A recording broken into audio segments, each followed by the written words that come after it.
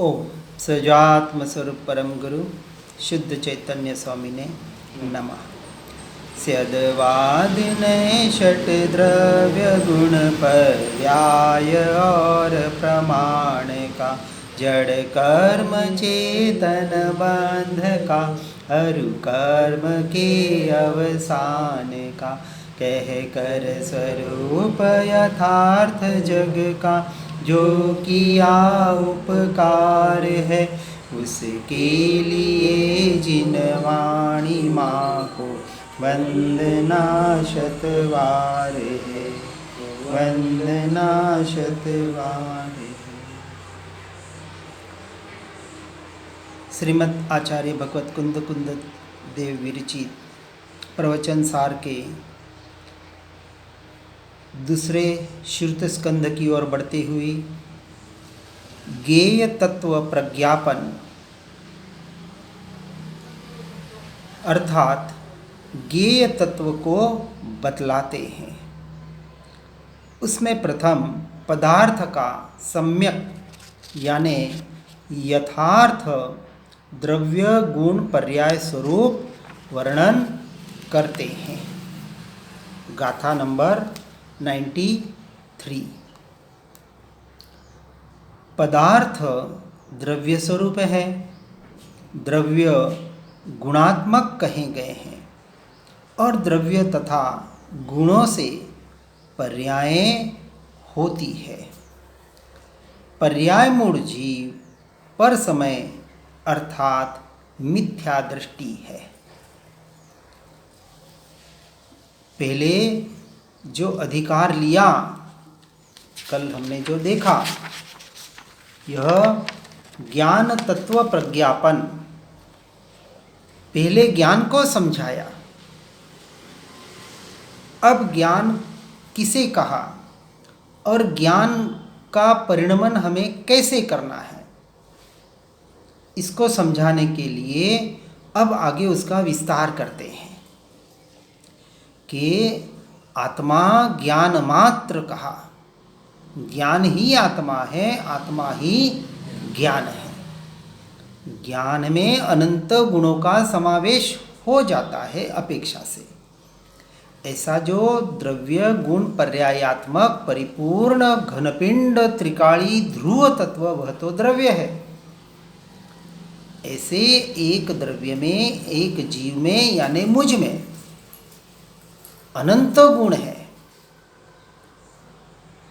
अनंत गुण होते हुए भी अभेद है और एक एक गुण की अनंत पर्याय यानी हर समय एक पर्याय उत्पन्न होती है, एक पर्याय नष्ट होती है। किसकी? एक गुण की। तो गुण कितने? अनंत। तो अनंत गुणों की अनंत पर्यायें एक समय में उत्पाद हुई और एक समय में व्यय हुई। तो ऐसी अनंत पर्यायें, अनंत गुण सहित जो परिपूर्ण घनपिंड ऐसा जो द्रव्य, यह दृष्टि का विषय। और समझाने के लिए अब उसको गुण पर्यायात्मक समझाने का प्रयास कर रहे हैं, क्योंकि जब तक पर्याय दृष्टि और द्रव्य दृष्टि को यथार्थ रूप से नहीं समझेंगे तो पर्याय दृष्टि जहाँ से दृष्टि को हटाना है, यह व्यवहार का कथन, और निश्चय से जिस द्रव्य पर दृष्टि को स्थिर करना है, यह निश्चय का कथन। तो करना क्या है? पर्याय से दृष्टि हटाना यह क्रिया नहीं है। तो पुरुषार्थ किस में करना है? पर्याय से दृष्टि हटाने का नहीं, लेकिन उसको समझना है। क्यों? क्योंकि वहाँ से दृष्टि हटानी है, बात को समझनी बराबर। दृष्टि तो एक ही जगह करनी है, द्रव्य पर। वो कहते ना अपन, एन केन प्रकारेण साम दाम दंड भेद, किसी भी प्रकार से। तो संसार में तो करते बराबर साम दाम दंड भेद, यहाँ नहीं करते क्योंकि अभी आत्मा चाहिए नहीं, अभी तो संसार चाहिए। तो संसार चाहिए तो संसार पर्याय दृष्टि कर रहे हैं, और जिसको द्रव्य ही चाहिए, मोक्ष ही चाहिए, मात्र मोक्ष अभिलाष, अब उसे संसार रहने योग्य लगेगा? बिल्कुल नहीं लगेगा। अब वो संसार में भले जाए, वहाँ झंखना रहेगी, कब छूटूं, कब छूटूं, कब यहाँ से भागूं। कोई कोई पुरुष, उनको भगोड़े कहते हैं। तो क्या भावलिंगी मुनि भगोड़े थे? क्या चक्रवर्ती भगोड़े थे कि इतना साम्राज्य छोड़कर सबको, इतनी रानियां, 96,000 रानियां, इतना पूरा सारा साम्राज्य छोड़कर भाग गए? क्या डरपोक थे क्या जो भाग गए? अरे वीरों के वीर, शूर वीर चक्रवर्ती, 6 खंड का जिनके पास साम्राज्य, जिन्होंने जीत लिया अपने इस बाहर के बल के द्वारा, अब वो उनको कैसे डरपोक कह सकते, भगोड़े कह सकते? जो कहते हैं उन्होंने स्वरूप को, स्वभाव को, धर्म के यथार्थ स्वरूप को समझा नहीं है, गुणस्थानक को नहीं समझा। आत्मज्ञान प्राप्त करके घर पे नहीं बैठना है। गुणस्थानक का मतलब क्या होता है? जब वो आत्मज्ञान को प्राप्ति करता है तो भीतर से, वो संसार से छूटने की साथ में झंकना होती है। इसका नाम गुणस्थानक, नहीं तो समझा नहीं गुणस्थानक। आत्मज्ञान प्राप्त कर लिया और सेवा करो और समाज में रहो और घर पे रहो, ये कायर के लक्षण है। आत्मज्ञानी मोक्षार्थी के लक्षण नहीं है। बात को समझना बराबर। और इसलिए ये पर्याय मूढ़ जीवों को यहाँ सावचेत कर रहे हैं, उनको मिथ्या दृष्टि कहा। अब टीका में उसको भावलिंगी मुनि अमृतचंद्राचार्य थोड़ा विस्तार से बताने का प्रयास करते हैं।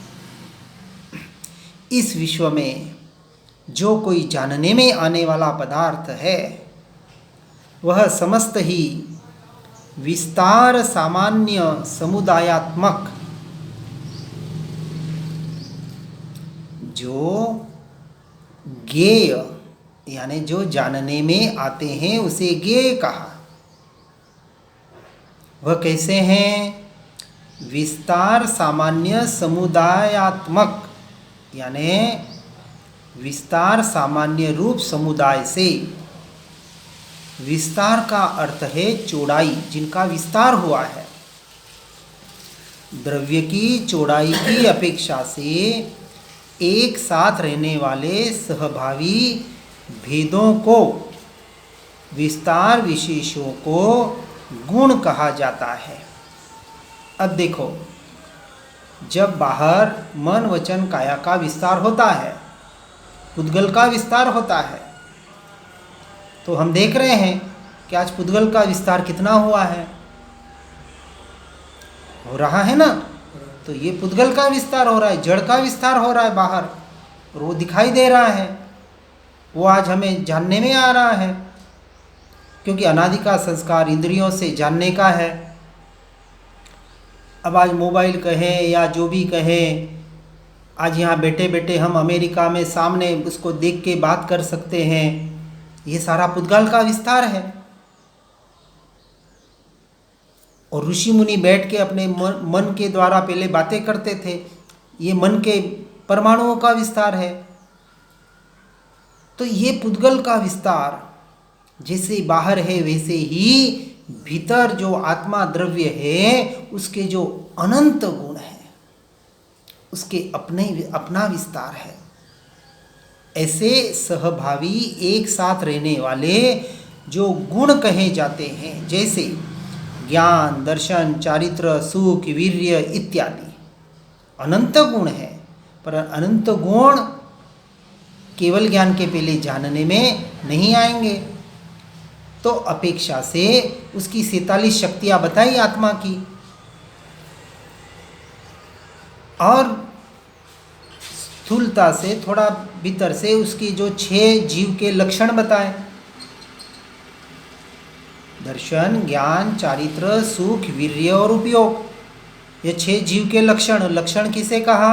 जो एक द्रव्य में हो और दूसरे में नहीं हो, उसे लक्षण कहा।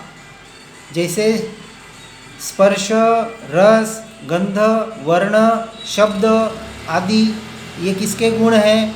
पुद्गल के हैं। तो पुद्गल के गुण जीव में नहीं है, जीव के गुण पुद्गल में नहीं है, इसलिए उनको लक्षण कहा। तो लक्षण से द्रव्य की पहचान की जाती है। ऐसे जीव द्रव्य के जो गुण हैं उसको विस्तार विशेष अर्थात गुण है। उन विस्तार विशेषों में रहने वाले विशेषत्व को गौण करे तो इन सब में एक आत्मस्वरूप सामान्यत्व भासित होता है। विस्तार की अपेक्षा से गुण बताए तो यदि उसको उन गुणों के विस्तार को गौण किया जाए तो पर्याय से गुणों में और गुणों से द्रव्य की ओर आना है। ऐसे विस्तार सामान्य अथवा विस्तार सामान्य समुदाय वह द्रव्य है। तो ऐसे विश्व में जानने आने वाले जो पदार्थ है वह समस्त ही विस्तार सामान्य समुदायात्मक और दूसरी बात आयत सामान्य समुदायात्मक द्रव्य से रचित होने से द्रव्य स्वरूप है। अब आयत सामान्य समुदाय किसको कहा? तो आयत सामान्य रूप, आयत का अर्थ होता है लंबाई, विस्तार यानी चौड़ाई और आयत यानी लंबाई अर्थात काल अपेक्षित प्रवाह। यहाँ लंबाई चौड़ाई यानी बाहर वाली नहीं, क्योंकि द्रव्य को समझाने का प्रयास किया जा रहा है। तो जिसकी चौड़ाई और लंबाई यानी काल अपेक्षित प्रवाह द्रव्य के लंबाई की अपेक्षा से, अब देखो चौड़ाई किसको कहा? गुणों को। लंबाई किसको कहा? पर्याय को। एक के बाद एक प्रवर्तमान क्रमभावी काल अपेक्षित भेदों को, आयत विशेषों को पर्याय कहा जाता है। और वैसे सामान्य से हम समझे तो पर्याय यानी उस वक्त उस द्रव्य की अवस्था,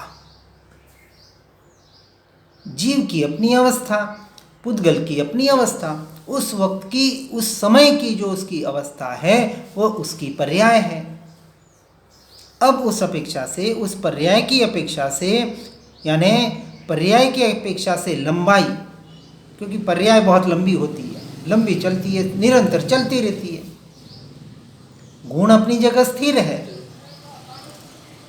गुण अपना काम अपने से अपने में कर रहे हैं, हर गुण अपना काम स्वतंत्रता से कर रहा है, परंतु वो स्थिर है। और पर्याय कैसे है? हर समय उत्पादय हो रही है, बदल रही है, इसलिए बहुत लंबी बताई गई है, वो चौड़ी नहीं है। उस अपेक्षा से उन क्रमभावी पर्यायों में प्रवर्तमान विशेषत्व को गौण करें। पहले गुण की अपेक्षा से बताया और गुणों को गौण किया, फिर पर्याय की अपेक्षा से बताया, फिर पर्यायों को गौण करें तो एक द्रव्यत्व सामान्यत्व ही भासित होता है।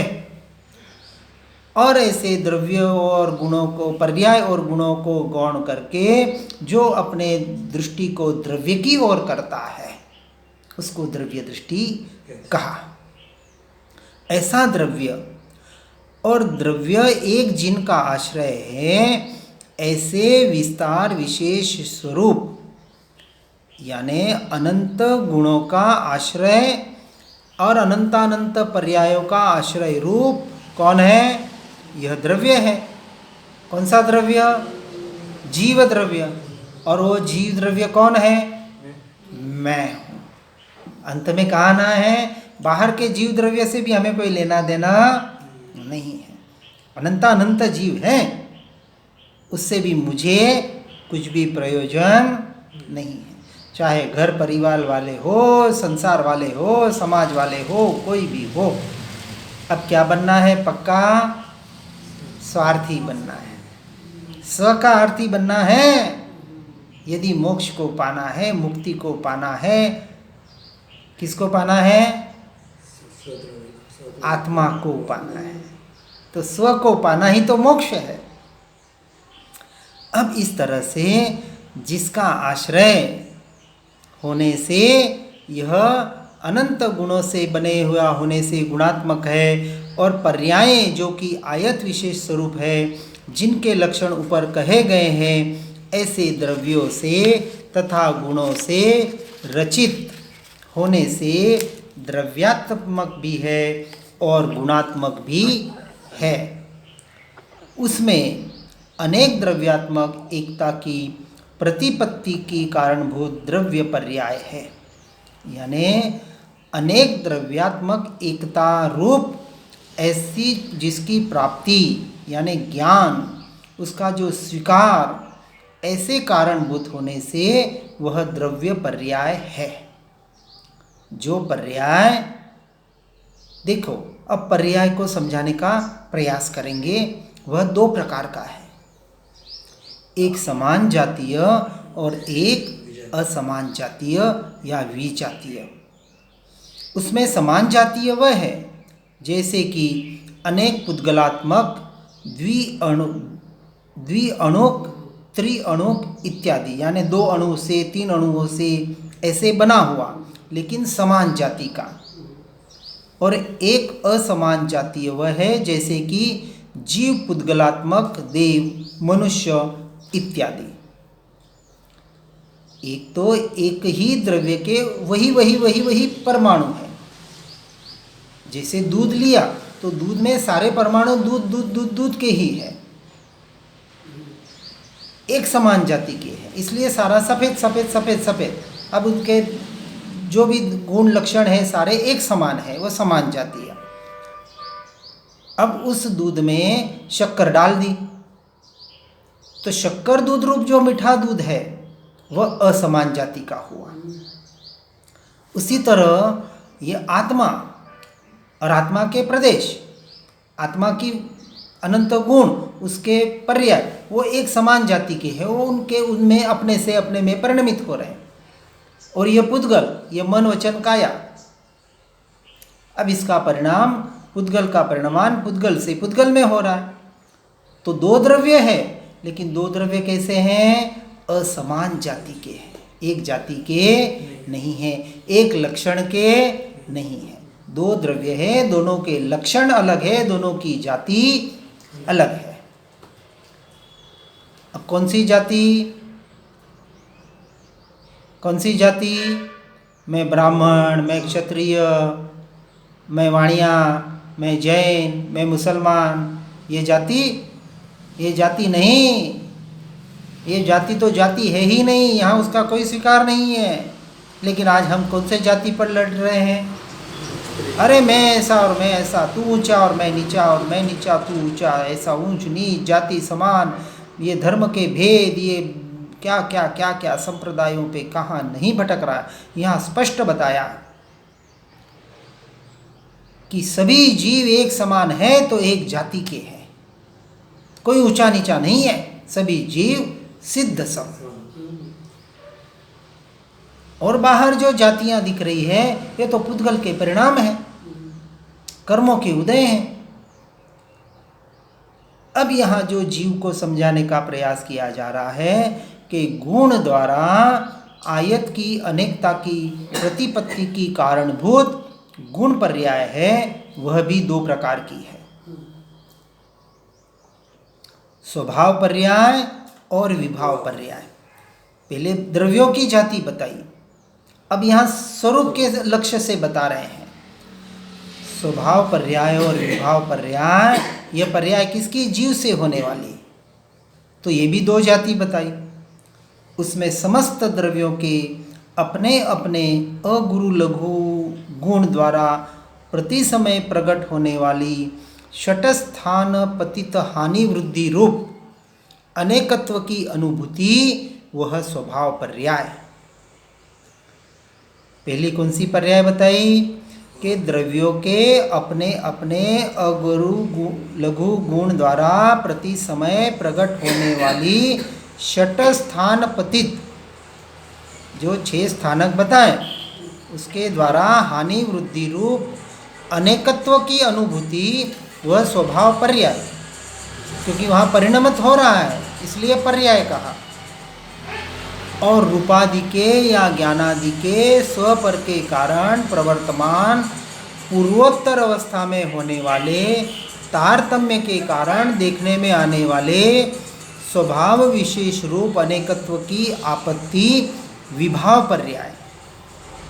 जो स्व से स्व में परिणमित हो रही है वह तो हुई स्वभाव पर्याय, और जो पर के निमित्त से परभाव रूप परिणमित हो रही है उसे कहा विभाव पर्याय, क्योंकि दोनों परिणमन आत्मा से हो रहे हैं, कहीं पुद्गल से नहीं हो रहे हैं, इसलिए उसको स्वभाव भी आत्मा का स्वभाव है और विभाव भी अपेक्षा से आत्मा से ही हो रहा है, परंतु वो स्वभाव नहीं है, विभाव है, क्योंकि भाव आत्मा से हो रहे हैं। अब वह पूर्वोक्त दृष्टांत से दृढ़ करते हैं। एक दृष्टांत दिया है, उसको यहाँ समझने का हम प्रयास आगे करेंगे। अब समान जाति असमान जाति यानी दो द्रव्य, देखिए बहुत गहरी जो बात मूल से बताने का प्रयास किया जा रहा है कि अनादि से जहाँ जहाँ जीव गया उसने एक देह को धारण किया, तो ऐसे दो समान जाति के जीव यानी पुद्गल, जीव एक समान जाति वाला, पुद्गल एक समान जाति वाला, लेकिन दोनों का जब संयोग संबंध हुआ तो असमान जाति वाले बने। ऐसे असमान जाति से अब हमें छूटकर अपने समान जाति में आना है, यानी पहले पुद्गल से छूटना पड़ेगा, तो पुद्गल की क्रिया से छूटना पड़ेगा, और पुद्गल की क्रिया से छूटने के पहले उसे अपना मानना छोड़ना पड़ेगा, और वो छूटेगा और फिर पुद्गल की क्रियाएं भी छूटेगी, तो अब वो स्वभाव की तरफ आ पाएगा। तो स्वभाव में आने के लिए दो बात बताई कि आत्मा से ही दो परिणाम हो रहे हैं, स्वभाव रूप और विभाव रूप। जो ज्ञान गुण के द्वारा स्व पर प्रकाशकपना हो रहा है, तो स्व को भी जानना हो रहा है, पर का भी जानना हो रहा है, लेकिन अब विभाव रूप परिणमनों से हटकर जो निरंतर स्वभाव रूप परिणमन का पुरुषार्थ करता है, ये सबका सार क्या है? सार इतना ही है कि अब ये जो पर्याय निरंतर पर की ओर ढल रही थी, ऐसा जो भ्रांति थी, ढल नहीं रही थी, यह पर्याय लोग कहते हैं कि फिर आत्मा का स्वभाव में रहने का स्वभाव है तो पर में क्यों जाती है? अरे भैया, पर में जाती ही नहीं है, हम यही तो कह रहे हैं। ये तूने मान रखा है कि मैं पर को जान रहा हूं, पर को जानने के काल में भी ज्ञान ही तो जानने में आ रहा है, तो मैं स्व को ही तो जान रहा हूं। हम अभ्यास यही तो दे रहे हैं, और यह अभ्यास करो, काम इतना ही करना है। और जब ये काम हो जाता है तो अब वो जीव पर में रहेगा? नहीं रहेगा। और यदि पर द्रव्यों में रह रहा है, संसार में रह रहा है, वानप्रस्थ और संन्यस्त की अवस्था आने के बाद भी, तो क्या समझना? कर्म का उदय, उदय भी मान सकते हैं, दूसरा स्वयं के पुरुषार्थ की कमी भी उदय भी मान सकते हैं। यह कायरों का काम है, पुरुषार्थिक की कमजोरी है, यह निडरों का काम है। लेकिन जो निडर होते हैं वो पुरुषार्थ की कमजोरी को सिर्फ स्वीकार नहीं करते हैं, जितना यथा योग्य हो उतना पुरुषार्थ करते हैं। स्वीकार करना भी कायरता है कि देखो पुद्गल का स्वीकार तो कर लिया ना, हाँ हमारी कमजोरी है, क्या करें? अरे कौन सी कमजोरी है? स्वीकार करने से क्या तेरा पुरुषार्थ हो गया? नहीं। जो इच्छो परमार्थ तो करो सत्य पुरुषार्थ, बस धरी मौनता एम कही सहज समाधि। अब पुरुषार्थ तो स्वयं से स्वयं को करना पड़ेगा। इसलिए हे जीव, इन बातों को सुनकर समझकर अपने जीवन को आत्ममय बनाने का प्रयास और पुरुषार्थ करें। इसी भावना के साथ ओम नमः सिद्धम। जिन वाणी के ज्ञान से हो सम्यक श्रद्धा, हो चारित्र महान और पाऊं पद निर्वाण। जिन वाणी के ज्ञान से सूझे लोकालो, सोवाणी मस्तक नमो सदा देत हूँ धो। ओम नमः।